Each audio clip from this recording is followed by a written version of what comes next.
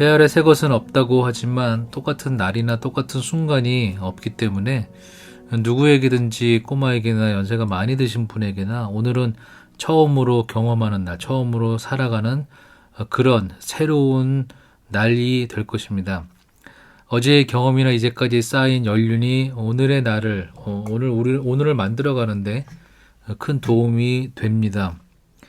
그러나 매 순간을 우리의 삶이라는 게 어떤 패턴이나 공식을 만들어 놓고 뭔가를 대입하기만 하면 이렇게 사라져가고 저절로 되는 그런 것은 아닐 것입니다.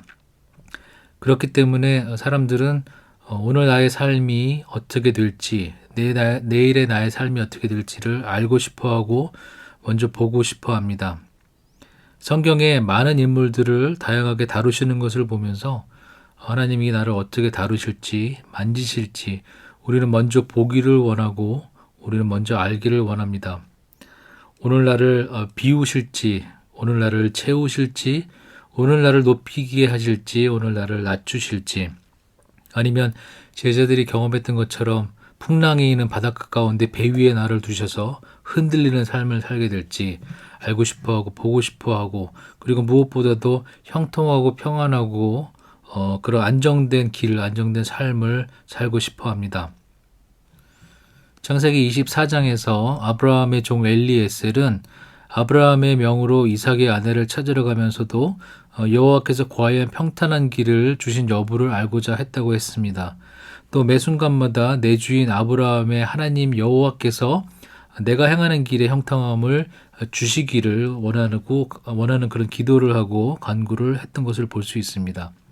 또 창세기 28장에 있는 야곱의 모습은 아브라함과 이삭에게 약속하신 큰 땅을 너와 네 자손에게 주리니 모든 족속이 너와 네 자손으로 말미암아 복을 받을 것이다. 내가 너와 함께 있어 네가 어디로 가든지 너를 지키며 너를 이끌어 이 땅으로 돌아오게 할지라. 내가 네게 허락한 것을 다 이루기까지 너를 떠나지 아니하리라 라고 하나님께서 말씀해 주셨을 때, 야곱은 하나님께 하나님이 나와 함께 계셔서 내가 가는 이 길에서 나를 지키시고 먹을 떡과 입을 옷을 주시어 내가 평안히 아버지의 집으로 돌아가게 하소서라고 기도를 했습니다. 또 사사기 6장의 기드온의 모습을 보면 하나님의 사자가 기드온에게 나타나서 큰 용사여 여호와께서 너와 함께 계시도다라고 말했었을 때 나와 함께 말씀하시니가 주 되시는 표정을 내게 보이소서라고 또 요구를 했고, 주께서 다하서 대적을 물리치고 이스라엘을 구원하라고 말씀하셨을 때 내 손으로 이스라엘을 구원하시려거든 나에게 어떤 증거와 표징을 좀 보여주십시오, 사인을 좀 보여주십시오라고 얘기하면서 양털 뭉치를 타작마당에 놓고 한 번은 이 양털 뭉치에만 이슬이 있게 해달라고 부탁을 했고 기도를 했고, 또 한 번은 이슬이 양털에만 있지 않고 타작마당에만 있게 양털만 마르게 해달라고 그렇게 부탁을 하면서 자신이 가고자 하는 길이 형통하고 평탄하고 순탄한 길인지, 또 이 길을 가게 하시는 건지, 이 길이 어떻게 이루어질지를 성경에 있는 많은 인물들도 먼저 보기를 원했고 먼저 알기를 원했던 것을 볼 수 있습니다. 그래서 우리는 보면 믿으리라고 하지만 하나님은 믿으면 보리라라고 말씀을 하고 계십니다. 이러한 부분에 있어서 성경이 우리에게 제시해주는 어떤 큰 틀은 모든 것이 하나님의 다스림 안에 있고 하나님은 선하시고 의로우신 분이고 자신의 약속을 신실하게 끝까지 지키시는 분이라고 얘기를 해줍니다. 사실 이 큰 일반적인 이 틀에서부터 모든 것이 시작을 하죠. 누구나 다 평안하고 형통한 삶, 그런 삶, 안정된 삶을 원합니다. 그리고 그러한 길을 가고 싶어 합니다. 그러한 삶을 마다할 사람이 도대체 어디 있겠습니까?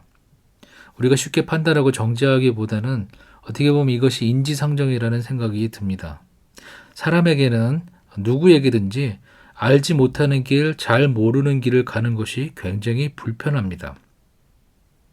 그래서 우리는 야베스의 기도를 보면서 굉장히 공감을 많이 합니다. 야베스의 기도에는 그가 당하는 고통과 어떤 고뇌가 있고 그것을 하나님께 간구하면서 주의 손이 나와 함께 하셔서 내가 환난을 벗어나 근심이 없게 하옵소서, 나의 지경을 넓히소서, 이런 기도를 하는 것을 보면서 공감을 많이 하고 또 우리를 갖다가 그 기도문에 또 relate 하게 되고, 그래서 그 기도가 나의 기도가 되기를 원하고 그 기도를 우리가 드리기도 합니다.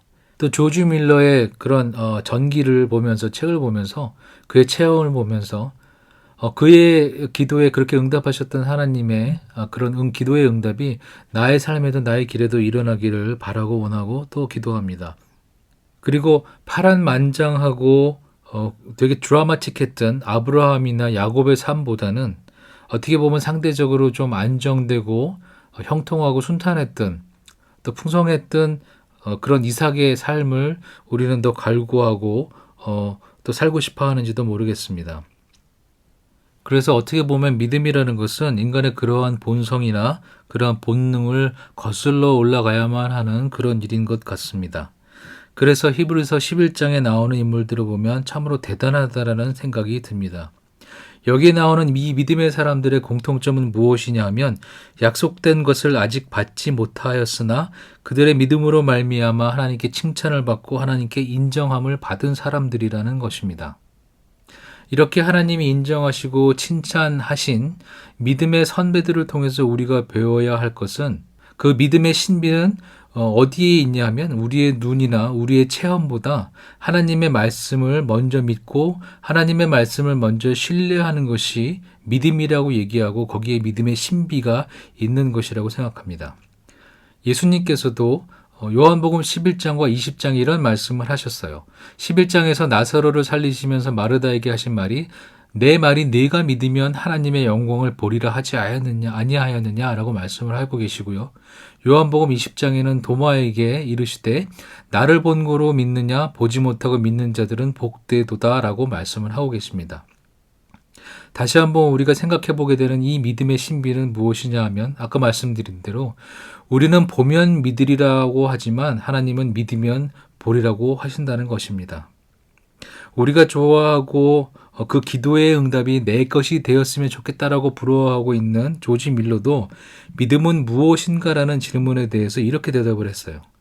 믿음이란 하나님께서 성경에 말씀하신 것이 사실이며 또 성경에 말씀하신 대로 행하실 것이라고 확신하는 것이다. 하나님의 말씀에 신뢰를 둔 확신이 곧 믿음이다.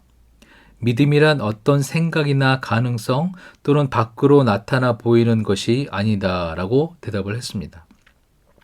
이 말을 보면 믿음은 가능성이나 겉으로 나타나는 것, 내가 눈으로 볼 수 있고 알 수 있는 것, 체험하는 것보다 믿음은 하나님의 말씀이라는 거죠. 믿음은 하나님의 말씀을 믿는 것이고 또 그것이 사실이라는 것을 믿는 것이고 또 하나님께서 성경에 말씀하신 대로 행하실 것이라고 확신하는 것을 믿음이라고 조지 밀러도 이야기했습니다.